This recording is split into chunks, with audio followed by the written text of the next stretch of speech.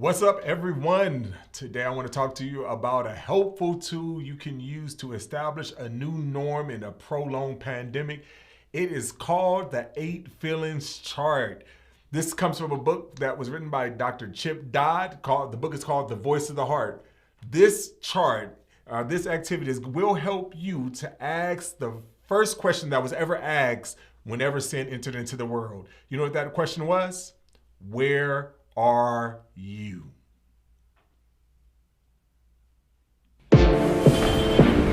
Our world is noisy. We're bombarded with conflicting messages. We live with racial divisions inside and outside the church. We wrestle with our powerlessness and inability to control our environment. We struggle to stay passionate when we don't see change.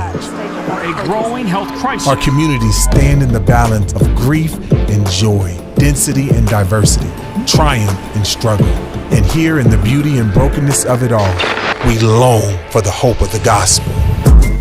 So welcome to a podcast about disciple making in the public square, where we talk about everyday issues from a biblical and balanced perspective. This is where life exists.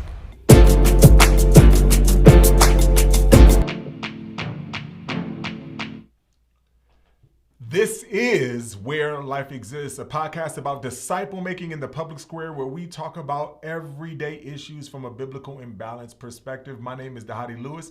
I am the lead pastor of Blueprint Church and the vice president of Sin Network. And I am excited to be with you again for episode 3. Woo! This week, we've talked about how to establish a new norm in a prolonged pandemic. We talked about how to establish culture. I even given you a tool on how to implement that culture through the pillars and platforms. Today, we are going to take a deep dive into how this makes you feel. Today is Feelings Friday.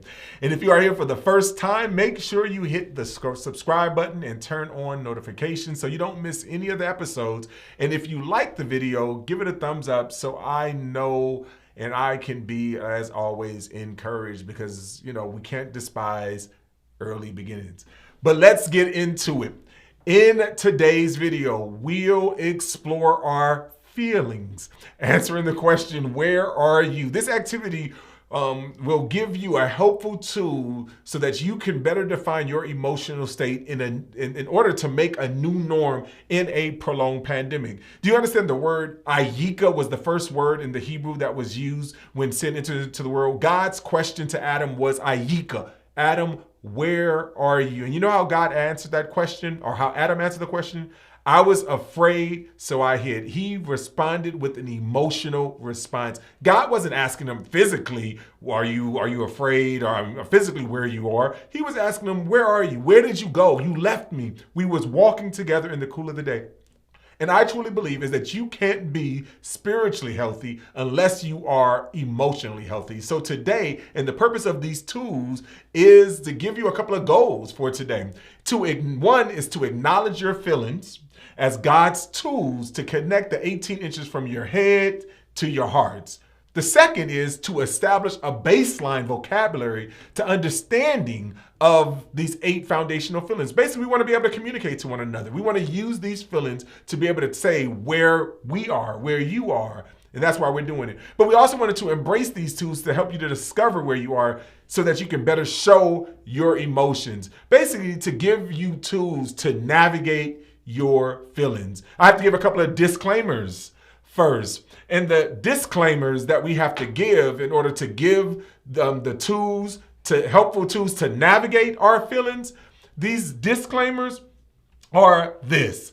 One, it is hard work. It is hard work, right? Another one is it's exhausting. The work that we're going to be talking about, it's exhausting. It's hard. It's constant though. This morning, whenever this is afternoon, morning, this morning work that we do for emotional doesn't cover tonight's work, right? What we do later, what we do now and how we feel now, we may feel completely different later on. This is about being present. What does it mean for us to be present? And the thing is that this work that we're going to be talking about can seem unrewarding, but the tension is for us not to go numb, not to become apathetic, because Our default mechanism is to stop feeling, but that's not what we want to do. So it can seem unrewarding. And another one is it's scary.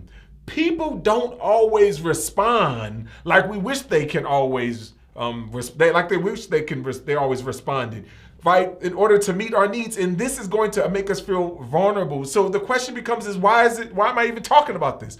Why is it worth all the pain? And there's one reason, primarily intimacy.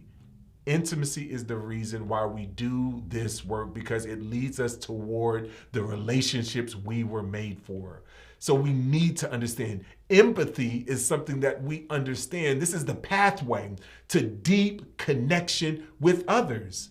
Empathy is what allows us to connect with others beyond just simply similar experiences. So we got to understand that. And the last reason why is for his glory. Glory, this is what you were made for, to be fully alive. There are so many ways to hide. There are so many ways not to feel. There are so many ways to deny what is real. But I just wanted you to show up for you. I want to show up for my own life. And I'm standing here and I want to take it all in. And I want to make sure kind of what it looks like to be fully present in this reality. And again, why? Because it's for the glory of God. Right? We recognize the glory of God is made fully alive when we are fully present. I don't think it is possible for you to be spiritually healthy without being emotionally healthy. You see, every single Friday, we're going to take some time and we're going to do feelings.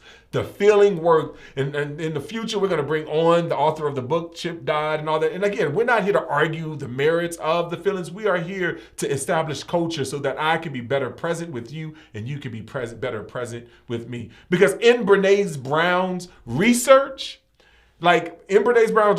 she basically unpacks this idea. And, she talks about this idea that you cannot selectively numb yourself.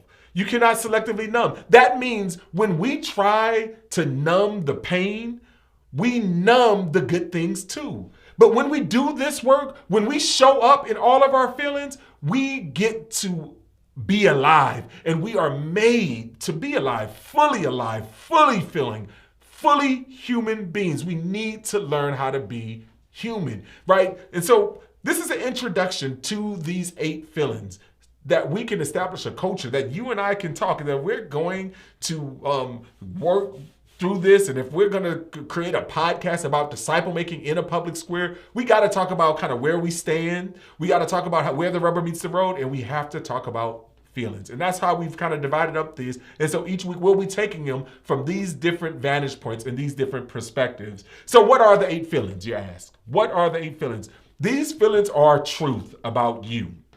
They are the truth about you. And if you can't face your feelings, you can't face the truth about you. The reality, what we're trying to bring about is that we want you to be a better confessor. The Bible says, confess your faults one to another. Confess where you are. Confession means to confess, to go within what's going on inside of you. And the feelings are the best way to tell us where you are. And we got to recognize that these feelings are like dashboards. They're not GPS. Feelings are a great place to tell you where you are, but they're a terrible place to help you make decisions. We don't make decisions based upon our feelings. We understand our feelings, and then we submit our feelings and everything to the Lord so that God can help us make a wise decision. It's sort of like going to the grocery store hungry. If I go to the grocery store hungry, what do? You end up buying stuff that you didn't intend to buy. But if you confess that emotion or that understanding that I'm hungry and I know what I tend to do when I'm hungry, so what I'm going to do is I'm going to make a list of all the things that I need to make so that I'll end up doing it in post buying once I get in there. That's the reason why we have feelings. And that's the reason why we face the truth and we truly confess. And that's, again, this is why feelings are a dashboard, not a GPS. So if we list these 8 emotions and explain them, then one of the things that we got to understand is these are the 8 emotions. And so what I'm going to do is put up on for you the grid. And this grid that we have are the 8 feelings, the 8 emotions that you and I have. And these are just the truth. And if you look at the middle category of these feelings, these are the middle categories. And all these feelings are the feelings that people have told you that said that you are weak, that you're soft, that you're all these things that, especially as a man and as a football player and as these things, I was like, man, avoid these at all costs. But what I'm here to help you is to help redeem them. These feelings are not weak. They're not soft. They're not, you're not passive. You're not a punk. These are things that help you to be better present. And if it is true that Christianity is not about religion, but it's about relationships, the only way that I can be in relationship with you and you with me is if I am able to be present with you and you are able to be present with me. And these feelings help us to do that. So what are these feelings? We see hurt, lonely, sad, anger, fear, shame, glad, guilt. Right? These are the 8 feelings that you and I have. But the thing is that that's the kind of the middle row. These are the feelings that we have. But there's a thing on the left side and there's a thing on the right side. The left side basically are the feelings that if we don't confess where we are, what we'll end up doing is that we'll live in survival mode. Survival mode is just simply what it says is an impaired expression. Your body naturally takes over. You ever heard the statement that hurt people, what? Hurts people? Really, the reason why is hurt people who are not willing to confess their hurt become resentful people. And resentful people become revenge-oriented people. And revenge-oriented people lash out in revenge and they end up hurting people. So what am I saying? People who are not willing to hurt or to confess that they have been hurt become resentful and revengeful, and then they begin to look out and being able to hurt someone else because they don't want to confess their hurt, so they ask someone else to do their hurt for them. The same is true for all of the feelings. Sad people who are unwilling to confess their sadness make other people sad. Angry people who are unwilling to confess their anger make other people angry. Fearful people who are unwilling to confess their fear make other people fearful. You get where I'm saying?